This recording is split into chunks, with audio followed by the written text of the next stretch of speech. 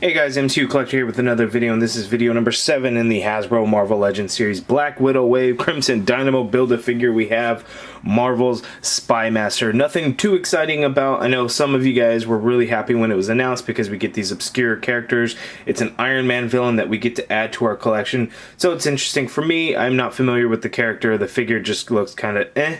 You know, it's Bucky Cap. It might be a repaint of like Blizzard and what other figures may have used that whole body and even the same head sculpt. So we'll kind of check it out as we get a closer look here. But you can see he comes with one blaster, and that's the same gun that Crossbones came with 2 of, except this one's painted red for some reason, or molded in red plastic. Comes with the other leg for the Crimson Dynamo Build-A-Figure. We see the Marvel logo up top, Crimson Dynamo.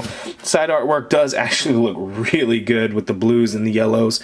I really like the way that came out looking. Here on the back of the package, we have a look at all the figures in the wave. He is the last before we look at Crimson Dynamo. There he is, and the bio reads, an undercover operative skilled in sabotage, Spymaster possesses superb fighting capabilities. So he sounds like a pretty good foe to Iron Man, so let's get him out of the package. Alright, and here is the Spymaster figure out of the package, and you know what, it actually looks pretty good. You know, even though the Bucky Cap body mold is used over and over and over again, with this figure, at least with mine, the good thing is all the joints are pretty stiff. I don't have a loose ab crunch like sometimes Bucky Cap bodies do have, so I have no complaints in that regard. We've seen that gun used multiple times. It's kind of weird to see it get used again in this wave because, again, Crossbones came with 2. Why his is red? Looking at images from the comics, you know, he always had a weird looking gun, but it was always like a gray color and not red, so I'm not sure why they gave him a red one.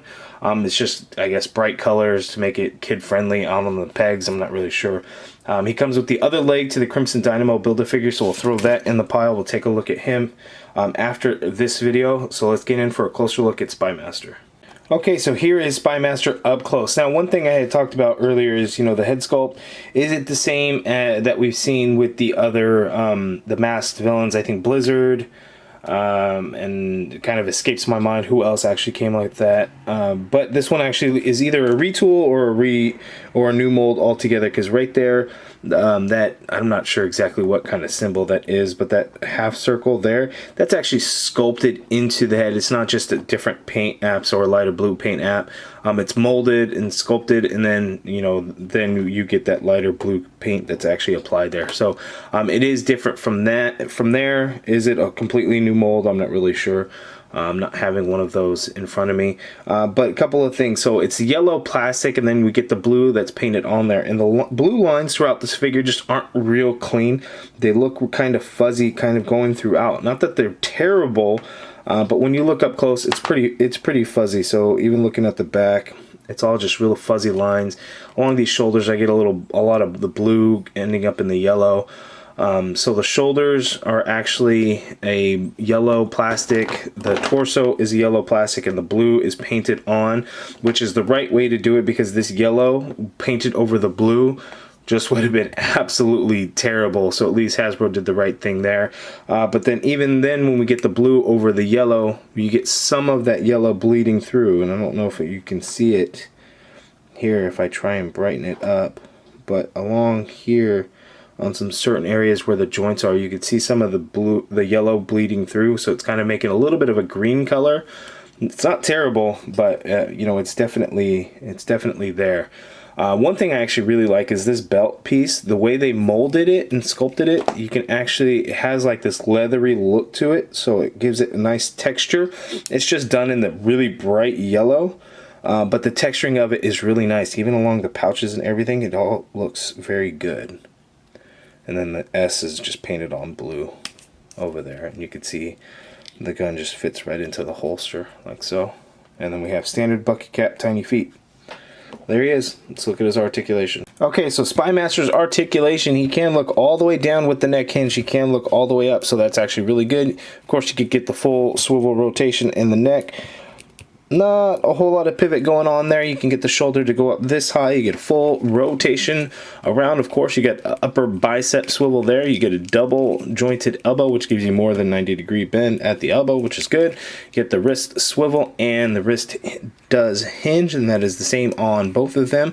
You get a kind of the trigger finger on the right, and then just open hand on the left. Ab crunch works really well. You can get him to crunch down that much forward, but you do see a huge gap in the ab crunch on the back. I don't know if I've ever noticed it that bad on the Bucky cap before. Maybe it's just because of the bright yellow plastic that you see in there contrasted with the blue. Just looks a little bit crazy to me.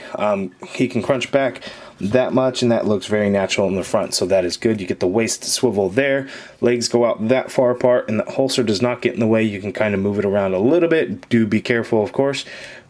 You can kick the leg forward that much, leg goes back a little bit. You get an upper thigh cut there, you get double jointed knee, and you do have the calf swivel where the blue and the yellow meet. Foot hinges all the way down, hinges up quite a bit, ankle pivot and peg holes at the bottom of the feet.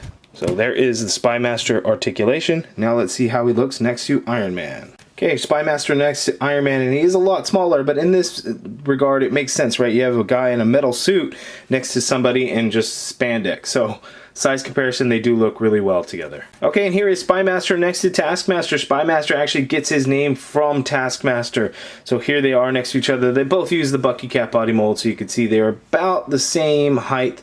Spymaster is a little bit taller because he has the different calves going on there, but there they are next to each other.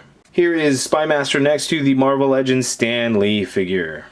Okay, and here are the three comic figures from the wave. We have the Winter Soldier, Spymaster, and Crossbones all next to each other, and Spymaster is the smallest of the bunch. He is the brightest of the bunch and really stands out when you see him out on the pegs. No doubt in my mind, he will absolutely be the peg warmer of the wave, only because, you know, obscure character, not everybody's going to be familiar with him.